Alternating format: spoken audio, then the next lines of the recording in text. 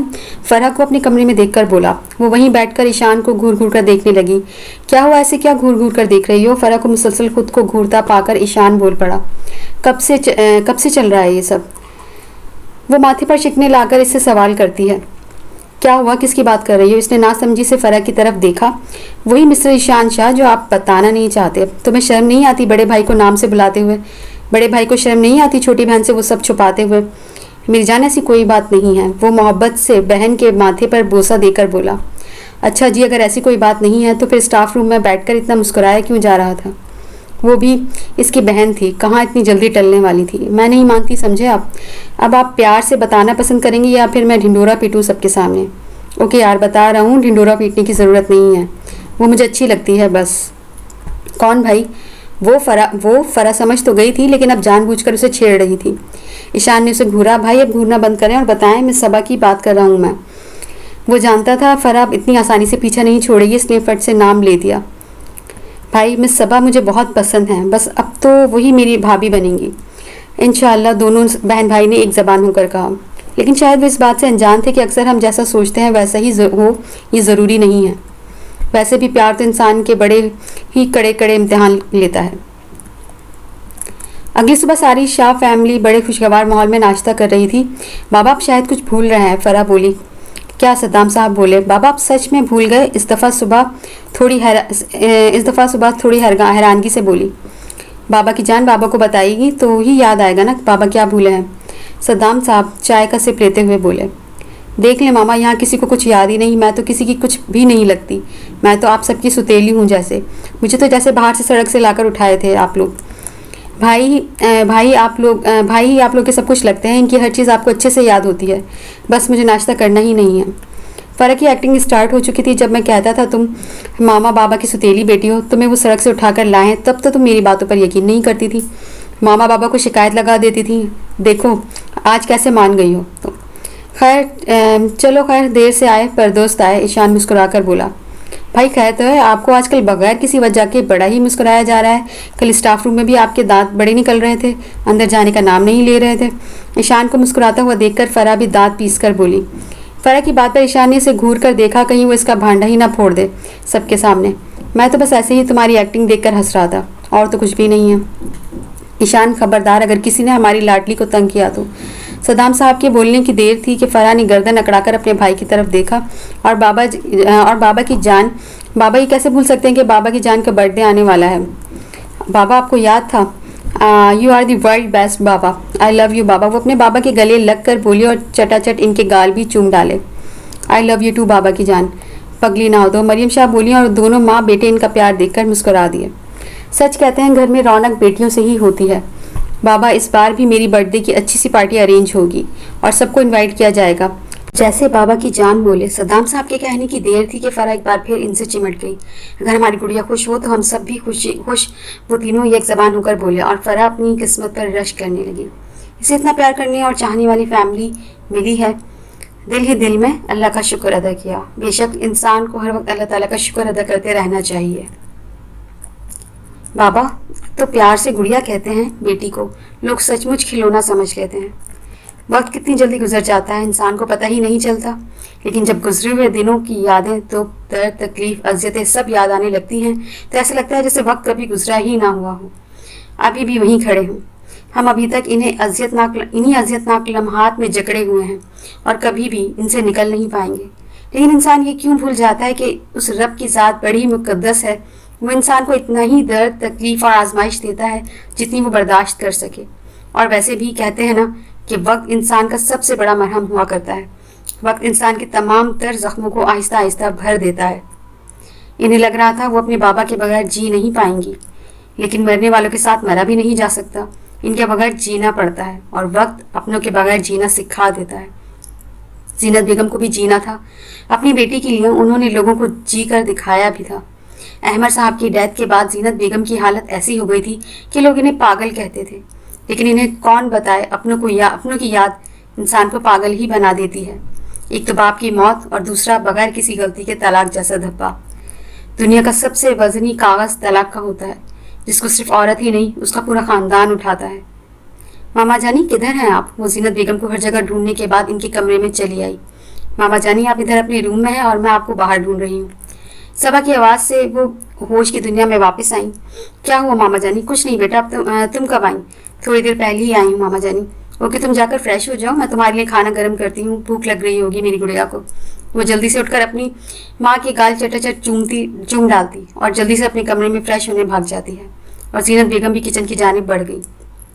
वो अपने कमरे में बैठा सबा की यादों में गुम था और मुस्कुराया जा रहा था। इसे अपने कमरे में अपनी माँ के आने तक कभी पता न चला। अपने बेटे को खिला खिला सा चेहरा देखकर वो भी खिल उठी। खैर तो है बेटा जानी, बड़ा मुस्कुराया जा रहा है। सुबह फरा ठीक ही बोल रही थी, आजकल बिला वजह ही मुस्कुराया जा रहा है। मरीम शाह थोड़ी ऊंची आवाज में बोली। माँ की आवाज़ सुनकर जो लेटा हुआ था जल्दी से सेट होकर बैठ गया। फरा तो पागल है, मामा कुछ भी बोलती है। अच्छा तो फिर क्यों मुस्कुराया जा रहा है? वो उसके पास बैठकर बोली। कुछ नहीं मामा, वैसे ही। अब वो अपनी माँ को क्या बताता कि एक लड़की की याद में उनका बेटा मुस्कुरा रहा है। अचानक से ईशान को कुछ ख्याल आया तो बोल पड़ा। मामा आपको कुछ काम था क्या? अगर कोई काम था तो मुझे बुला लेती, मैं आ जाता। क्यों? मैं अपने बेटे के कमरे में बगैर किसी काम के नहीं आ सकती। ये आप कैसी बातें कर रही हैं मामा? आप कभी भी मेरे रूम में आ सकती हैं।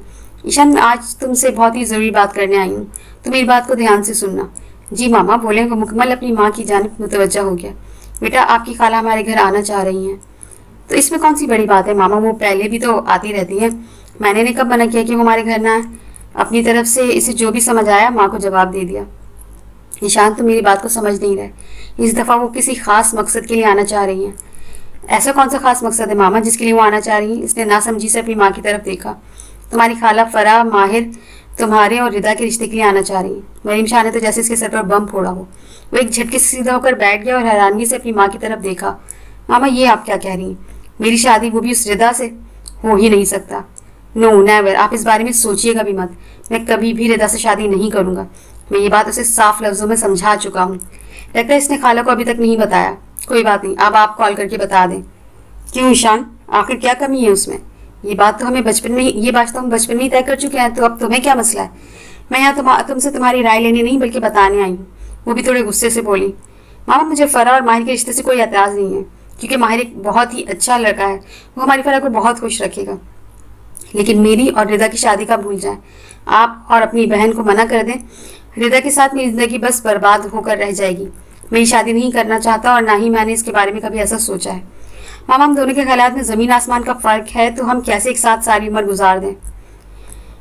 हमारी मैरिड लाइफ कभी भी सक्सेसफुल नहीं होगी। सो प्लीज़ मामा आप इस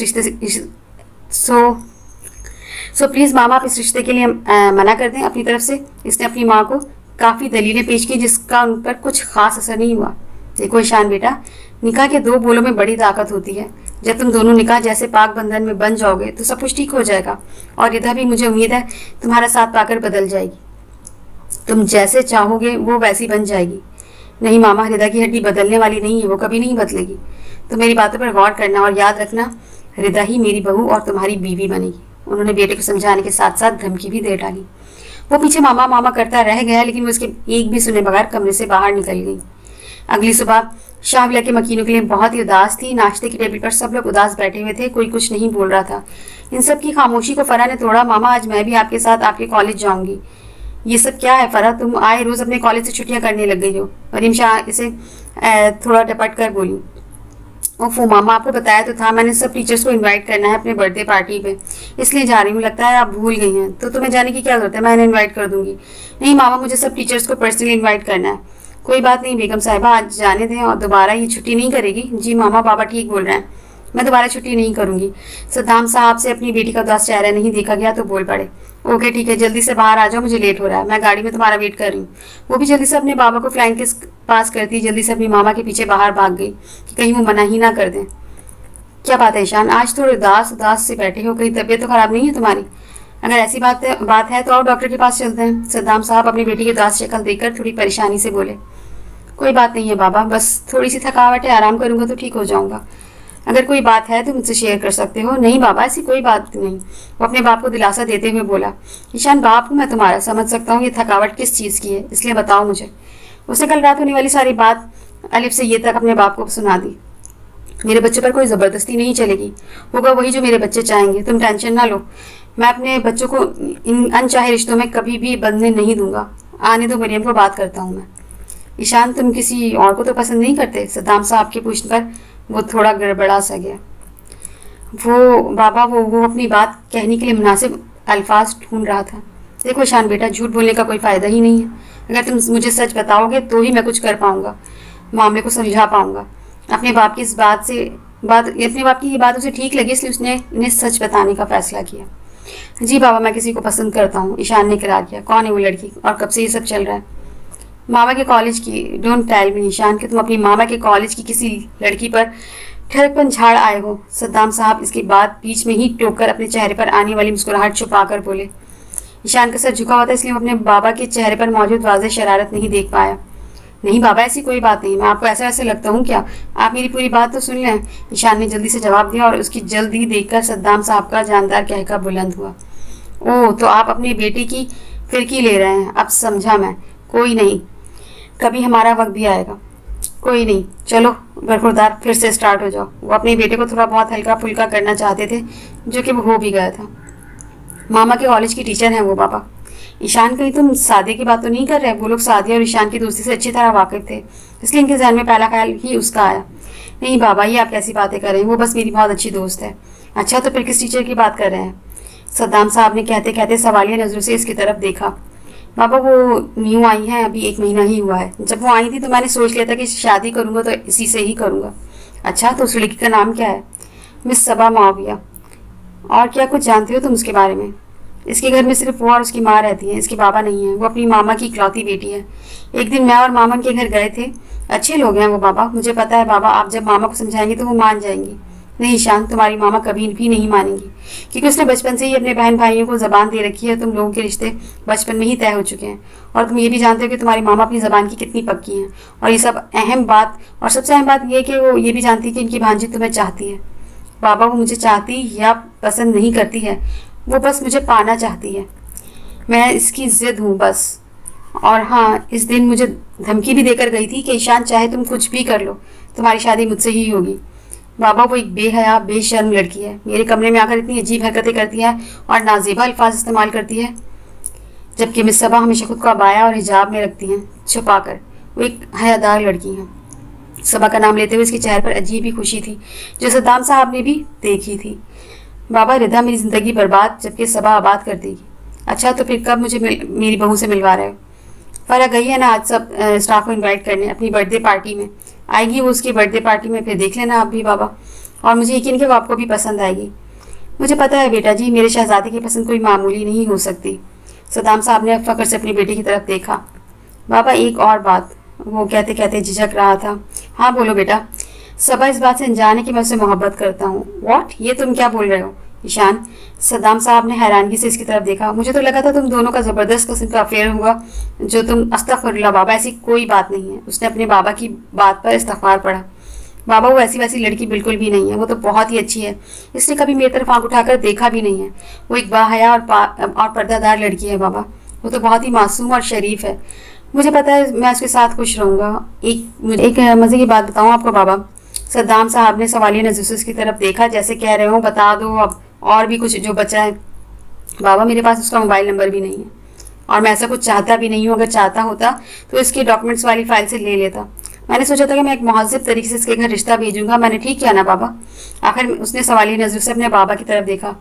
हाँ बेटा, तुमने बिल्कुल ठीक किया और बिल्कुल सही कह रहे हो, क्योंकि अपनी मोहब्बत का इजहार करने का बेहतर तरीका निकाह से बेहतर कोई हो ही नहीं सकता। बेशक तुम जिसे पसंद करते हो उससे निकाह करो। वैसे मेरा बेटा काफ़ी समझदार हो गया है। वो तो मैं बचपन से ही हूँ, बस आपको नज़र ही अब आया हूँ। इसकी बात पर दोनों बाप बेटा मुस्कुरा दिए। मैं कम इन मैम जी? वो जो बच्चों को कुछ समझाने में बुरी तरह मसरूफ़ थी, एकदम से सर उठाकर दरवाजे की तरफ देखा, जहाँ फ़रा खड़ी अंदर आने की इजाज़त मांग रही थी। अरे फ़रा, आ जाओ, तुम्हें इजाज़त लेने की क्या ज़रूरत है? क्यों ज़रूरत नहीं है भाई? आखिर मैनर्स नाम की भी कोई चीज़ होती है।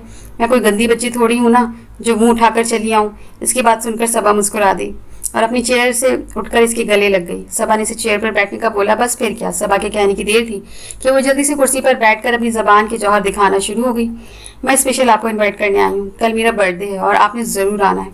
कोई बहाना नहीं चलेगा और ना ही मैं सुनूंगी। थैंक यू फ़रा, मुझे इतने प्यार और मोहब्बत से इनवाइट करने के लिए, लेकिन मैं कभी भी ऐसे किसी के घर नहीं गई पार्टी वगैरह में। तो फिर क्या हुआ? मैं तो आपके लिए ख़ास हूँ ना, और वैसे भी आप मेरे हुक्म नहीं टाल सकती, इसलिए मेरे घर तो आप आ ही सकती हैं। चले मेरे घर नहीं तो अपना घर ही समझ कर आ जाइए, मुझे उम्मीद है आपको अपने घर आकर बहुत अच्छा लगेगा। फरा जब बोलने पर आती है तो बोलती ही चली गई और सबा हैरान खड़ी उसे देख रही थी। अगर इस वक्त ईशान यहाँ होता तो पक्का फरा का मुंह बंद करने के लिए उसके मुंह पर टेप लगा देता। ये क्या बोल रही हो फरा, अपना घर वगैरह वगैरह। फरा को जल्दी से अपनी गलती का एहसास हुआ और जल्दी में कुछ ज़्यादा ही भूल गई। वो मेरा मतलब है मिस सबा, मेरी मामा भी आपकी मामा की उम्र की हैं और मेरी मामा भी तो आपकी मामा जैसी हैं। वैसे भी माएँ तो सबकी सांझी होती है, इसलिए मेरी मामा भी आपके लिए अपनी मामा जैसी ही हुई ना, और वो उनका घर आपका भी घर हुआ, इसलिए वो बोला सब। फरा ने जल्दी से बात संभाली, वरना आज इसके भाई का रिश्ता जुड़ने के बजाय पक्का टूट जाना था। और वैसे भी मैं अब आपकी छोटी बहन हूँ ना, इसने सबा की हामी लेना भी ज़रूरी समझा। जी बिल्कुल, तो मेरी छोटी बहन जैसी ही हो सबा, इसके गाल खींचते हुए बोली। फरा अब शायद इसे इमोशनल ब्लैकमेल करने की डर पे थी। समझती हैं तो फिर क्या अपनी बहन की बर्थडे पार्टी में ना आकर इसे उदास करेंगी क्या? अरे नहीं फरा, अपनी बहन को उदास करने का मैं सोच भी नहीं सकती। तो बस फिर आपको हर हाल में मेरी बर्थडे पार्टी में आना है, और आप मुझे अपना मोबाइल नंबर भी दे दें ताकि मैं खुद आपकी मामा से इजाज़त ले सकूं। सबा ने जल्दी से अपना नंबर दिया और फिर दोनों ने कुछ देर बैठ कर इधर उधर की बातें की। फिर फरा उसे अल्लाह हाफिज़ कहती उसके कमरे से निकल गई। सबा के कमरे से निकलने के बाद वो मरीम शाह के ऑफिस की जानिब जा रही थी कि अचानक कुछ याद आ जाने पर रुक गई और ईशान को कॉल की। हेलो भाई, हाँ गुड़िया बोलो, दूसरी तरफ से थके हुए लहजे में जवाब दिया गया था। भाई आज तो आप अपनी गुड़िया की तारीफें करते नहीं थकेंगे। क्यों? अब मेरी गुड़िया ने कौन सा कारनामा सर अंजाम दे दिया है? कारनामा तो आपकी गुड़िया ने बहुत ही बड़ा सर अंजाम दिया है, अगर आप सुनेंगे तो अपनी गुड़िया की तारीफें करते नहीं थकेंगे। वो बड़े फक्र से बोल रही थी। गुड़िया बताओ भी, अपना कॉल बंद कर दूँ या बहुत थका हुआ हूँ, रेस्ट करना चाहता हूँ। कर दें बंद, मेरा क्या जाता है, नुकसान आपका ही होगा।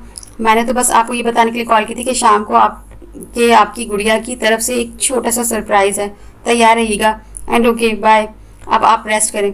शाम को होती ही बात कहते साथ ही उसने कॉल बंद कर दी और ऑफिस के अंदर चल दी। कराइए सब टीचर्स को इनवाइट, मरीम शाह बोली। यस मामा, सभी टीचर्स बहुत ज़्यादा एक्साइटेड है सिवाय मिस सबा के। क्यों भाई, मिस सबा क्यों एक्साइटेड नहीं है? इन्हें क्या मसला है? मामा वो कह रही थी कि वो कभी किसी के घर नहीं जाती और पार्टीज वगैरह में तो बिल्कुल भी नहीं। चलो कोई बात नहीं, मर्जी उसकी। वो बेटी का उदास सा चेहरा देखकर बोली। नहीं मामा, मैंने इतने प्यार से कहा था कि वो मान गई। मरीम शाह ने एक लफ्जी जवाब दिया। मामा आपको पता है मिस सबा मुझे अपनी छोटी बहन समझती हैं, तो वो मुझे कभी इनकार कर ही नहीं सकती। गुड, अब तुम खुश हो? जी मामा, बहुत ज़्यादा वाला खुश हूँ। अच्छा मामा, मैंने ड्राइवर को कॉल करके बुलाया, मैं चलती हूँ घर जाकर, कल की तैयारियाँ भी तो करनी है। अल्लाह हाफिज़ मामा। वो मुँह के सर पर बोसा देती हुई उनके ऑफिस से निकल गई। वो अपने कमरे में बैठा किसी गहरी सोच में गुम था कि धप से कोई इसके कमरे में दाखिल हुआ तो सीधा होकर बैठ गया। माहिर गुस्से से इसके कमरे के अंदर दाखिल हुआ। क्या तकलीफ है तुझे? मेरी कॉल्स और मैसेजेस का रिप्लाई क्यों नहीं कर रहे हो तुम? माहिर गुस्से से बोला। मुझे तो कोई तकलीफ नहीं है, पर तू क्यों गुस्से से लाल पीला हो रहा है? ईशान यार क्या बात है, तुम मुझे क्यों इग्नोर कर रहे हो? यार माहिर, मैं तुझे क्यों इग्नोर करूंगा, बस थोड़ा मसरूफ था तो मोबाइल को नहीं देखा। ईशान ने बहाना बनाया। ईशान मैं देख रहा हूँ जब से रिश्तों की बात हुई है तुम कुछ उलझे से हो। क्या तुम इन रिश्तों से खुश नहीं हो? अगर ऐसी बात है तो मैं और मामा खाला को मना कर देता हूँ। नहीं यार माहिर, ऐसी कोई बात नहीं है। फ़र्क लिए तुमसे बेहतर लाइफ पार्टनर कोई हो ही नहीं सकता, और मुझे उम्मीद है कि तुम फ़रा को बहुत खुश रखोगे। तो क्या रिदा? माहिर बात अधूरी छोड़कर चुप हो गया और ईशान के चेहरे पर कुछ तलाश करने लगा, जो कि रिदा के नाम से भुत सा गया था। वो समझ तो गया था लेकिन उसके मुंह से सुनना चाहता था। वो चाहता था जो भी बात ईशान खुद उससे शेयर करे, जो भी बातें ईशान से खुद शेयर करे, क्योंकि इन्हें बचपन से जवानी तक का सफ़र एक साथ तय किया था। वो एक दूसरे को बहुत अच्छी तरह जानते थे। मेरे जितनी रिदा की खुशी अहमियत रखती है, इतनी ही तेरी खुशी भी अहमियत रखती है। माहिर के हौसला देने पर वो उसे सब कुछ बताता चला गया। ईशान, तुम इस कॉलेज वाली मिस सबा की बात कर रहे हो? हाँ यार, और कौन सी सबा को हम जानते हैं? यार ईशान, वो तो अबाया और हिजाब में होती है। तो फिर मुझे एक बात समझ नहीं आई कि तुमने उसे कहाँ देखा है यार? मैंने उसे अभी तक मैंने भी नहीं देखा उसे अभी तक। ईशान पागल हो गए हो? बगैर देखे तुम्हें उससे मोहब्बत हो गई है? हाँ, यह एक लफ्ज़ी जवाब दिया गया। मुझे उसकी अबाया, उसके हिजाब, उसकी हया, उसकी खुद को छुपा कर रखने, उसकी मीठी मीठी बातों से मोहब्बत है। मुझे उसकी सूरत नहीं, सीरत से मोहब्बत है। मेरी इसके लिए सूरत कोई मैटर नहीं करती, बेशक जैसी भी हो। इसकी बात सुनकर माहिर मुस्कुराया। लेकिन यार मैं बहुत परेशान हूँ, मामा नहीं मानेंगी। कोई बात नहीं, कुछ ना कुछ हल निकल आएगा, अल्लाह बेहतर करेगा। बेशक वो बेहतर फैसले करने वाला है। चल अब तू मेरे साथ चल, मुझे कल के लिए गिफ्ट लेना है। गिफ्ट? लेकिन क्यों? उसने माहिर से पूछा। बकवास न कर, जैसे तुझे पता ही नहीं। इसकी बात पर ईशान मुस्कुरा दिया और दोनों कमरे से बाहर निकल गए। सबा बेटा, कल अच्छा सा ड्रेस पहन कर जाना तुम, और वैसे भी अगर एक दिन अबाया नहीं पहनोगी तो कुछ नहीं होगा।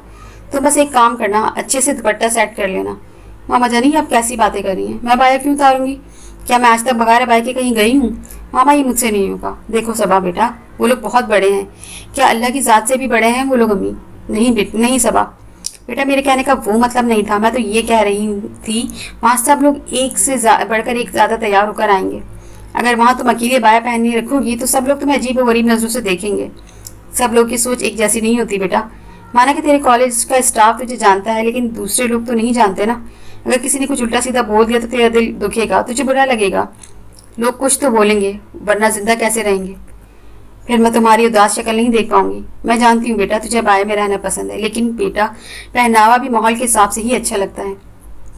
तुम मेरी बात को समझ रही हो ना?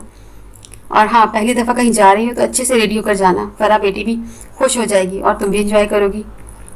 मैं जानती हूँ बेटा तुम्हें सादगी में रहना पसंद है, ये सजना सवरना अच्छा नहीं लगता, लेकिन ये भी तो देखो फरा ने तुम्हें कितनी मोहब्बत चाहत से और अपनाई से इन्वाइट किया है। उसने मुझसे भी बहुत प्यार से बात की थी। और तुमने कोई गिफ्ट भी लिया है या नहीं फरा बेटी के लिए? ऐसे खाली हाथ जाना अच्छा नहीं लगता बेटा। सबसे पहली बात मेरी प्यारी मामा जान, मैं आज फंक्शन में अबाया ही पहन के जाऊंगी। मुझे फ़र्क नहीं पड़ता कि लोग मुझे क्या कहते हैं। मामा लोग तो हमें किसी हाल में भी खुश नहीं रहने देते। वैसे भी मामा जानी, जब मैं अबाया में घर से बाहर जाती हूँ तो मुझे ऐसा लगता है जैसे मैं अल्लाह ताला की रहमत और साए में चल रही हूँ। मामा मैं वही पहनूंगी जो मुझे पसंद है। मैं लोगों को दिखाने के लिए ऐसे तैयार होकर अबाया के बगैर नहीं जाऊंगी। जब मैं इतने सालों से खुद को छुपा कर रखा हुआ है तो मैं क्यों चंद लोगों की खातिर खुद की इज्जत को गैर महफूज कर दूं? मामा आपने ही तो मुझे समझाया था हिजाब के बारे में। आपने ही मुझे इसे पहनने की तलकीन की थी, तो आप क्यों मना कर रही हैं? मामा आपको याद है कैसे आप मुझे जब बाहर ले जाती थी तो हिजाब और अबाया के साथ लेकर जाती थी? माजी अहमद साहब की वफ़ात के बाद जीनत बेगम घर के हालात बहुत ज़्यादा ख़राब हो गए थे। इनके घर में कोई कमाने वाला मर्द नहीं था, तो उन्होंने जो भी करना था खुद ही करना था। अपनी पढ़ाई बीच में ही छोड़ने की वजह से वो और तो कुछ नहीं कर सकती थी, इसलिए लोगों के घर जाकर इनके काम करती थी। ऐसे में सबा बहुत छोटी थी तो वो इसे अकेला घर छोड़कर भी नहीं जा सकती थी। वो जिन लोगों के घर काम करती थी वो काफ़ी हाई क्लास लोग थे। अक्सर जीनत बेगम को वहाँ के मर्दों की गलीज नज़रें खुद पर महसूस होती थी। वो नहीं चाहती थी कि वो लोग इनकी बेटी को भी ऐसी गलीज नज़रों से देखें, इसलिए उन्होंने सबा के लिए एक छोटा सा अबाया खुद सिलाई किया। और जब भी वो सबा को अपने साथ लेकर जाती अबाया पहनाकर हिजाब अच्छे से सेट करवा कर ले जाती। तब से ही सबा को अबाया में रहने की आदत है।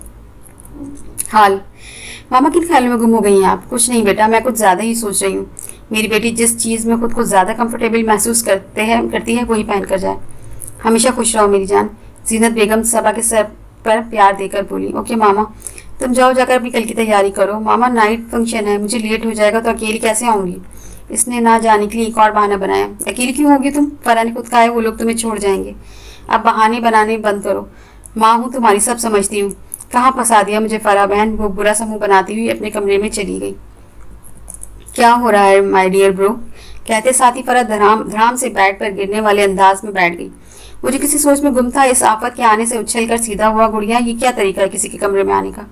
गुड़िया के भाई, ये गुड़िया की बहन, भाई की बहन का तरीका है ऐसे किसी के कमरे में आने का। और ये आप किन सोचों में गुम थे भाईजान? वो चेहरे पर दुनिया जहाँ की मासूमियत से जाकर बोली। उन्हें शर्म कर लो, कुछ बड़ा भाई हूँ तुम्हारा। इसने अपनी छोटी बहन को शर्म दिलाना ज़रूरी समझा, लेकिन दूसरी तरफ मौसूफ को परवाह कहाँ थी?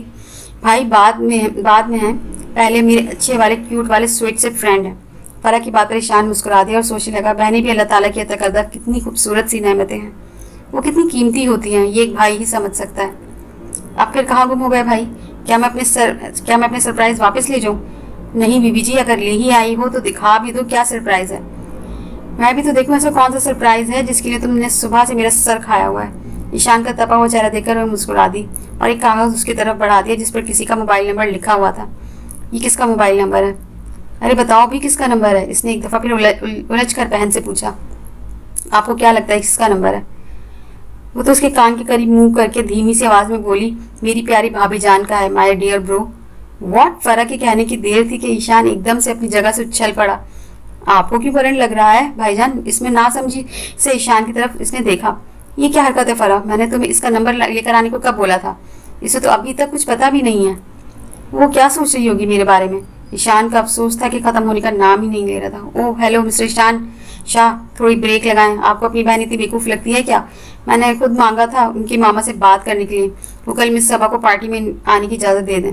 आपने भी ना भाई सारे मूड का बेड़ा गर्क कर दिया। वो तो सोच रही थी इसका भाई इसे शाबाश देगा, लेकिन इसे आगे से सुना दी।